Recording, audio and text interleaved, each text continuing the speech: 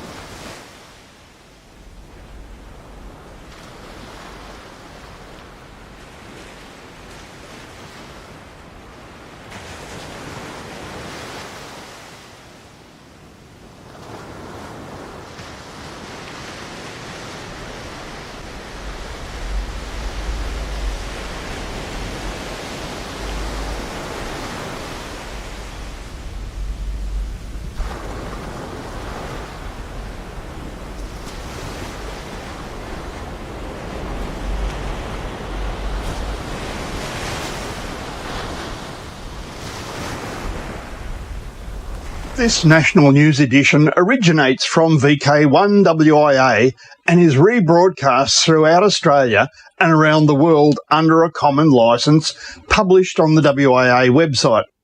This WIA national news service is copyright to the Wireless Institute of Australia, and rebroadcast is authorised only under the provisions of that common licence. WIA Director and Company Secretary Peter Clee, VK8ZZ. From Australia, this is the Wireless Institute of Australia with the weekly news service. This broadcast is in text, audio and video and is accessed on wia.org.au.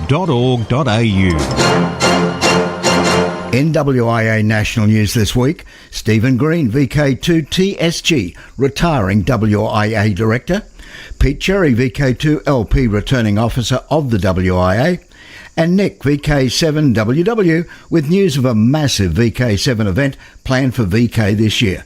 But wait, there's much, much more in this edition of news from the Wireless Institute of Australia, and it's for week commencing Sunday, February 22, 2026.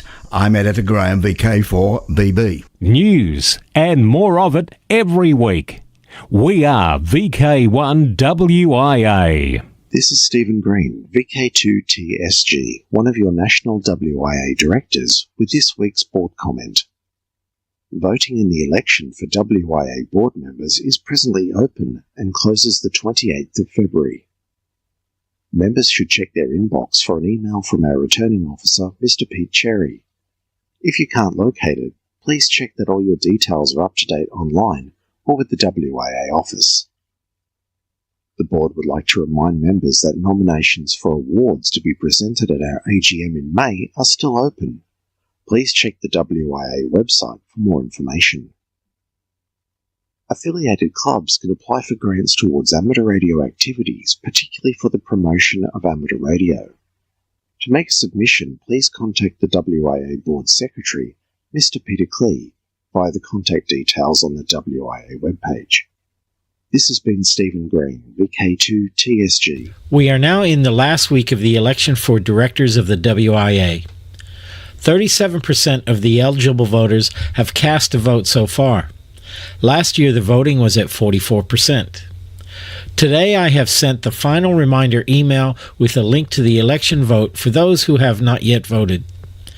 If you did not receive an email and have not voted yet, please contact the returning officer via the email returningsofficer@nationaloffice.wia.org.au. Good luck to the candidates, who are Chris Dimitrijevic, VK3FY, Klaus Ilhart, VK3IU, Lee Moyle, VK3GK, Justin Giles Clark, VK7TW. The election will close on 28 February 2026, and the results will be communicated after the close in accordance with the WIA election regulations. This announcement has been spoken and authorized by Pete Cherry, VK2LP, the returning officer of the Wireless Institute of Australia. Thanks, Pete. Manager of the VHF-UHF Field Days, Roger Harrison, VK2ZRH, advises finalised results for the 2025 Spring Field Day and the 2026 Summer Field Day are published on the VK Contest Log Checker website, vklogchecker.com. Once you're on the website, click on the image captioned VHF-UHF Field Day. The web address for the VK Contest Logger Checker can be found in the text edition of this, your WIA National News. Australiana. South Australian Police rely on clear, consistent UHF voice communication to ensure officer safety, support rapid response and maintain public safety. Their existing in-vehicle repeater systems had reached end of life, requiring modernisation to maintain performance and reliability. And so, an upgrade has been required. In-vehicle repeaters are a critical technology that extends UHF radio coverage for police officers operating across South Australia's diverse regional environments. To give an example of the size of South Australia, VK5 is just over 4 times the size of the United Kingdom.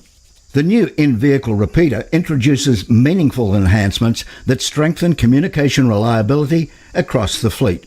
The IVR allows the officer to use the portable radio when outside the vehicle to communicate through the vehicle's mobile radio back to base. From here, there and everywhere, you've tuned to the Wireless Institute of Australia's National News Service. We are VK1WIA. Now with international news, Jason, VK2LAW. World Amateur Radio Day, held on April 18 each year, is celebrated worldwide by radio amateurs and their national associations, which are organised as member societies of the International Amateur Radio Union, IARU. It was on this day in 1925 that the IARU was formed in Paris. American Radio Relay League, ARRL, co-founder Hiram Percy Maxim was its first president. Honouring the Titanic. Amateur radio operators worldwide will have an opportunity to honour the passengers and radio crew of the RMS Titanic that sank in the early hours of April 15, 1912. A Spanish special event station, Echo Golf 1912 Tango, will be on the air from 0000 UTC on April 10, the date on which the Titanic set sail from Southampton, England, until 23:59 on April 15, the date on which it sank after hitting an iceberg. Radio station managers and telegraph operators Jack Phillips, Harold Bride and Harold Cottam, who played a leading role in the telegraphic communications during the rescue, will also be honoured, said Carlos Rebareda, Echo Alpha 1 Papa Juliet, president of the Vigo Valminor Amateur Radio Union, which is sponsoring the 2026 special event operation. In an age where Wi-Fi signals decide our moods and mobile phones rarely leave our palms, it sounds almost satirical to say that the most reliable companion in times of crisis is not a 5G tower, but a humble radio set. Yet, every year on February 13, when the world observes World Radio Day, as we did last week, we are reminded that the simplest technologies often outlast the loudest innovations. The date commemorates the establishment of United Nations Radio in 1946, but its relevance goes far beyond institutional history. It celebrates a medium that refuses to fade because it's woven into the daily lives of millions. Closely linked to disaster response is ham radio operated by trained enthusiasts. When all conventional communication systems break down, ham operators step in. Stepping in and up in the Middle East is Rami al-Shafari, who is rebuilding radio broadcasting in Gaza because nowhere is up-to-date news more important than in the zones of conflict. In Gaza, before October 7, 2023, a total of 23 local radio stations operated across the territory. Following the war triggered by Hamas attacks on Israel, every station was destroyed. Yet Rami al-Shafari, director of Zaman FM, is working to piece broadcasting back together, a fragile but determined effort in the midst of profound damage. United Nations news journalist Rami Al-Shafari, who is also a director of radio at Gaza's ZMN 90.6 FM radio station, puts it plainly. Zaman FM has resumed broadcasting, and we're currently the only radio station transmitting FM frequencies from inside the Gaza Strip after this massive destruction. The need for reliable broadcasting is profound, particularly as Gaza faces the spread of diseases, the collapse of educational structures, and disrupted public services. People in or near central Texas who rely on GPS received a warning from the US military base at Fort Hood that wide-ranging GPS tests there might cause interference with their own personal devices. Farmers, pilots and smartphone users, and anyone else who relies on GPS to get from here to there, have been paying close attention to an alert from the US military base at Fort Hood in Texas. The announcement said that throughout February, the region that includes Dallas, Houston, San Antonio, and even Oklahoma City could experience interference and disruptions. The final testing period is February 23rd through to the 27th. Weird and wonderful. As anyone who has ever worked a satellite or does so regularly, working these birds, as they're known, has its rewards. A group of researchers in Australia has also been working the birds, a species known as a white-backed swallow, using temperature-sensing radio transmitters. They've received some great results, as we hear from John Williams, VK4JJW. No matter which hemisphere you live in, no doubt this year has already shaped up to be a time of weather extremes. Wherever you are, you have a lot in common with the white-backed swallow, a prevalent species here in Australia with the very uncommon ability to survive despite freezing temperatures to blasting heat. We're talking about as much as 50 degrees Celsius, that's 122 degrees Fahrenheit, and we Australians especially can relate. To learn how the birds survive, researchers in Central Australia's Sturt National Park outfitted some of them with tiny transmitters. This was not an avian parks on the air. This was a research project to monitor the birds' physiological responses through biologging, a way to record and transmit their body temperatures changes as the birds slept in their burrows at night. The result? A highly successful worked all states of bird physiology. The collected data confirmed the scientists' theory that a deep torpor, an essential near shutdown of metabolism, heart rate and breathing, was essential for these birds, just as for some other bird species, such as the tiny hummingbirds in some regions of the world. The results were recently published in the journal Current Biology. The scientists called the transmitters key to their findings because data could be gathered in the wild instead of an artificial setting, such as a laboratory. Hams, of course, would not be surprised at radio's reliability. After all, the researchers had created a reverse beak network. This is John Williams, VK4JJW. Thanks, John. Time to grab your paper and pen as Felix is about to bring us operational news. For WIA National News in Sydney, I'm Jason, VK2LAW.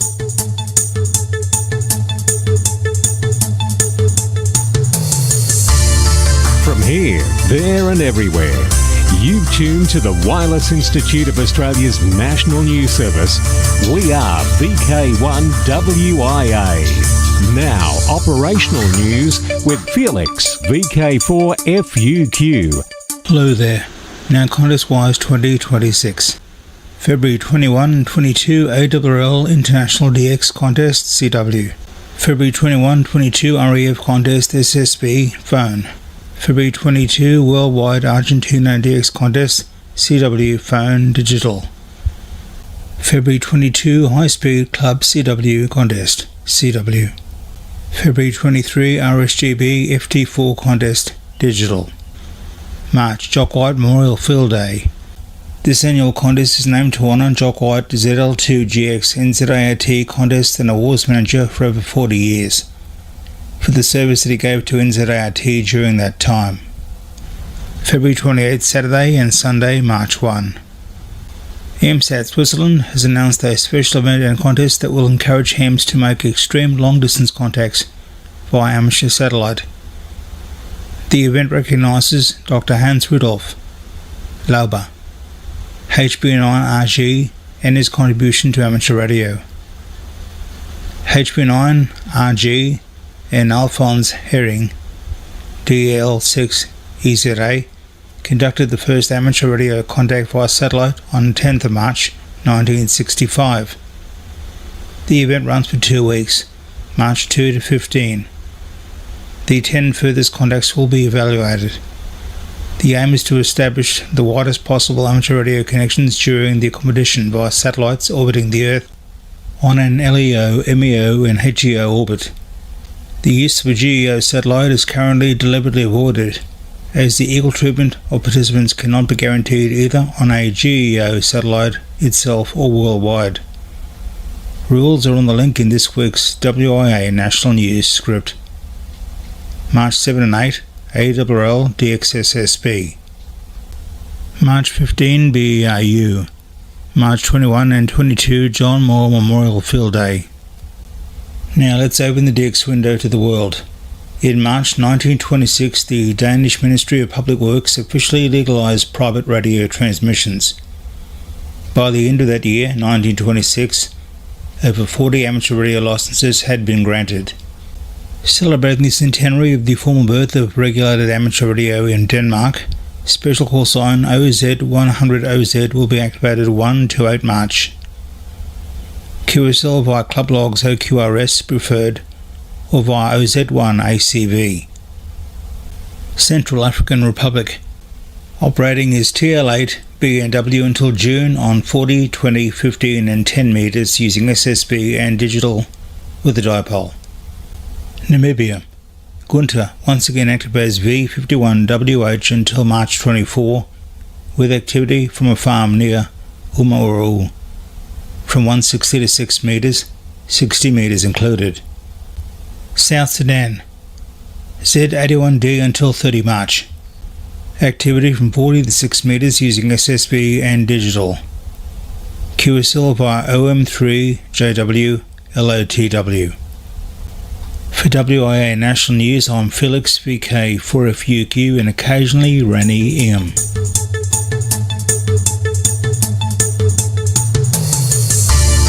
From here, there and everywhere, you tune to the Wireless Institute of Australia's National News Service.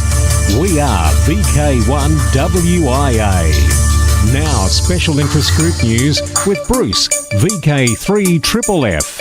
And a very good day to you. Worldwide Special Interest Group News, Summits on the Air, Worldwide Flora Fauna Program, Parks on the Air, and other adventure groups. Shannon Gibney, KC1OHT, or KC1OHT@gmail.com, is organising the International Women's Day YL Poter Party, which celebrates women in amateur radio. Join in Sunday, the 8th of March, for this special International Women's Day. The YL Poter Party is open to all female amateur radio operators and enthusiasts, regardless of poter experience. Activate a puck during the 24-hour event window. Submit your poter activations to the poter database and share your experiences with other participants. Connect with other YLs from around the world. Share stories, tips and support. Learn more about poter and how to get involved. It's encouraged to wear pink and or decorate your station to show your support for International Women's Day. Spread the word and invite your friends to join the party. Remember, Sunday, 8th of March 2026 from any poter park or hunt poter from home using any amateur radio frequency within your licence class. Worldwide Special Interest Groups, CW. The 2026 CW Ops Award for advancing the art of CW. The purpose of the award is to recognise individuals, groups or organisations that have made the greatest contribution or contributions towards advancing the art or practice of radio communications by Morse code. Candidates for the award may be one or more of the following: authors of publications related to CW, CW recruiters, trainers, mentors, coaches and instructors, public advocates of CW, organisers of CW activities, designers and inventors who advance the art or practice of CW, or other contributors to the art or practice of CW. Nominations may be made by anybody, not limited to CW Ops members. Worldwide special interest groups, digital, FT8 enthusiasts. Starting February 13th, the FCC has restricted US amateur radio stations from operating at 100 watts on 5.357 megahertz, limiting power to just 9.5 watts on that frequency. To continue operating at 100 watts, many US DXs have moved their FT8 activity to a new frequency, 5.3715 megahertz. While many other countries will continue using the original frequency, it is important to notify anyone planning de-expeditions of the US shift to 5.3715 MHz. Worldwide Special Interest Groups IOTA. JG8NQJ. JD1 expects to be back to the weather station on Minami Torishima OC073 on the 26th of February until mid-May. He will operate mainly CW with some FT8. QSL via JG8NQJ, Bureau and LOTW. In the world of DX, Hyde J01CRA JR6 is on the air from Yaeyama Islands, IOTA number AS024 until this weekend. He's been operating mainly CW and FT8 on 40, 30, 20, 17, 10 and 6 metres. 8Q7ZW from the Maldives, AS013, from the 28th of February to the 12th of March. Look for activity on 160 to 10 metres CW, SSB and FT8 with a focus on the low bands. QSL via Club Logs OQRS. And listen for a team of operators with the call sign T45FM on the air using CW, SSB, FT8 and FT4 from the lighthouse at Punta Maya, Cuba, IOTA number NA015. They will be active this weekend from the 20th to 22nd of February during the American Lighthouses weekend. Worldwide Special Interest Groups Internet. The Hams Domain. New Zealand NZ Art have a new branch, and it's something different. Their newest branch is Digital Voice NZ Art Branch 404. 404 as in not found. Their mission statement reads, to promote shared learning and technological advancement in the field of digital communications and electronics. Digital Voice NZ Art Branch 404, not found, is to be a nationwide and international, if there's an interest, virtual branch, a branch only found on the internet. The branch will primarily serve as a membership hub for digital voices and secondly serve as an engine to grow and diversify the DVNZ radio network. 404 will not serve to compete with other branches. The intention is not to take members away, but rather to offer another gathering place where digitally focused hams might find better support for their journey. Any queries, you can contact Flynn Bailey, Secretary at dv404.nz. Worldwide Special Interest Groups, Radio Amateur Young Timers, YOTA, Youngsters on the Air. It's over to Alan, VK2COD. Thank you, Bruce. Let me introduce you to Megan Lawrence, Echo India 5 Lima Alpha, the Deputy Youth Officer with the Irish Radio Transmitters Society, or IRTS.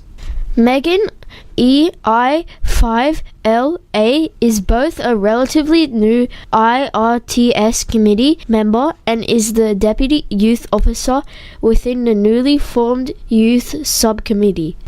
As the newest and youngest committee member, Megan brings a unique perspective alongside a contesting record that would put many of us to shame. And she's only getting started. Licensed at 14, Megan began contesting at 15 and has since competed in close to 100 contests across CW, SSB, and digital modes. She is recognized as one of the leading youth contestants worldwide, having already competed in one World Radio Sport Team Championship event. She has qualified to compete at WRTC 2026 as part of the youth team in the United Kingdom in July 2026. Megan has also proudly represented Ireland at Yoda camps on 4 occasions. Megan's appointment reflects to the Irish Society's commitment to long-term modernization, stability, and talent retention. In her Deputy Youth Officer role, she is already making a strong contribution to promoting amateur radio among young operators. For WIA National News, I am Alan, VK2COD in Sydney. Now back to you, Bruce. Thanks, Graham. Irvine Disaster Emergency Communications, IDEC, in Irvine, California, is offering a technician-level amateur radio licensing course, and more than 100 residents, including many from the Community Emergency Response Team, CERT, registered for the program's introductory session. Over 80 participants attended the initial in-person orientation, and 65 have formally enrolled in the guided online training course as they continue toward earning their FCC Technician Class licence. IDEC is a volunteer organisation of licensed amateur radio operators that supports the City of Irvine's Emergency Preparedness Plan and assists the Irvine Police Department by providing emergency communications during disasters and other incidents when conventional systems may fail. The 8-week course is designed for individuals with little or no prior technical background. Instruction covers amateur radio rules and regulations, operating practices, basic electronics, radio theory and safety. The program combines weekly instructor-led Zoom review sessions, in-person classroom meetings featuring equipment demonstrations, and a final in-person examination session. IDEC members serve as instructors and mentors throughout the course, providing guidance, answering questions, and introducing participants to the role amateur radio plays in local emergency response and public service. I'm Bruce, VK3FFF from sunny Bendigo. Who listens to radio? I'm Matthew, VK2YAP. This is VK4 Golf Romeo Bravo, Gary at Fairyland. This is Linda, VK7QP. Peter, VK8ZZ. This is Mark, VK4 DMH. John, 5DJ. That's all. It's a date. The Social Scene 2026. Here's one, March 14, North Shore Radio Club Sale. Looking to score a bargain on quality radio gear or clean out some surplus? Then check this out. NSRC is hosting a massive sale on radios and surplus equipment. This is the place to be. Where? North Shore Radio Club, Auckland. Yep, for our viewers and listeners in ZL Land, this is for you. Where? 400 East Coast Road, Sunnynook, Auckland. When? Saturday the 14th of March, and the time 10 a.m. to 4 p.m. Closer to home in VK4, Redfest, Deception Bay North State School, 9 a.m, April 11. The WIA AGM May 2 at 2 p.m, Albury and VK2. Couples with ICOM VK Summit 2026, also in Albury, May 2 and 3.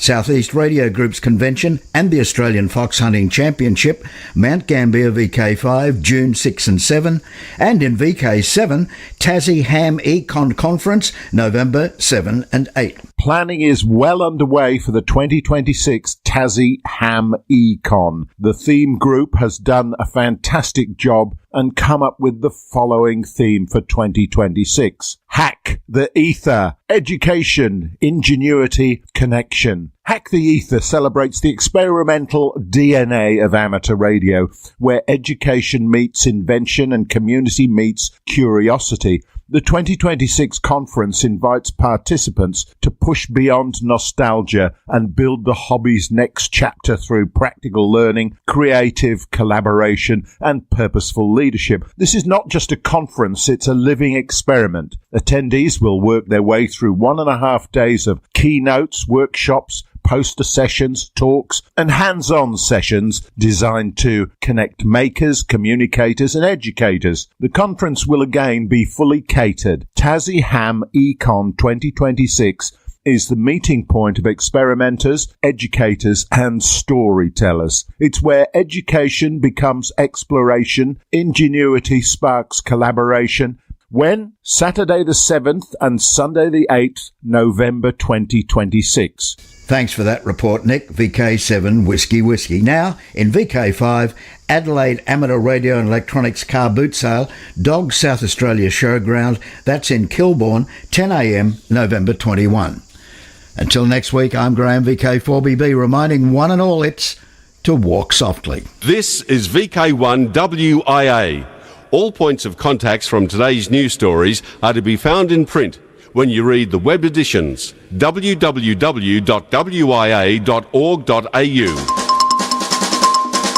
From Australia, this has been the Wireless Institute of Australia with the weekly news service. This broadcast is in text, audio and video and is accessed on wia.org.au. Courtesy of Bevan, VK5 BD's ATV and YouTube channel, this has been WIA National News. We're back now, live and local, and your voice, your callbacks. And don't forget, tick like.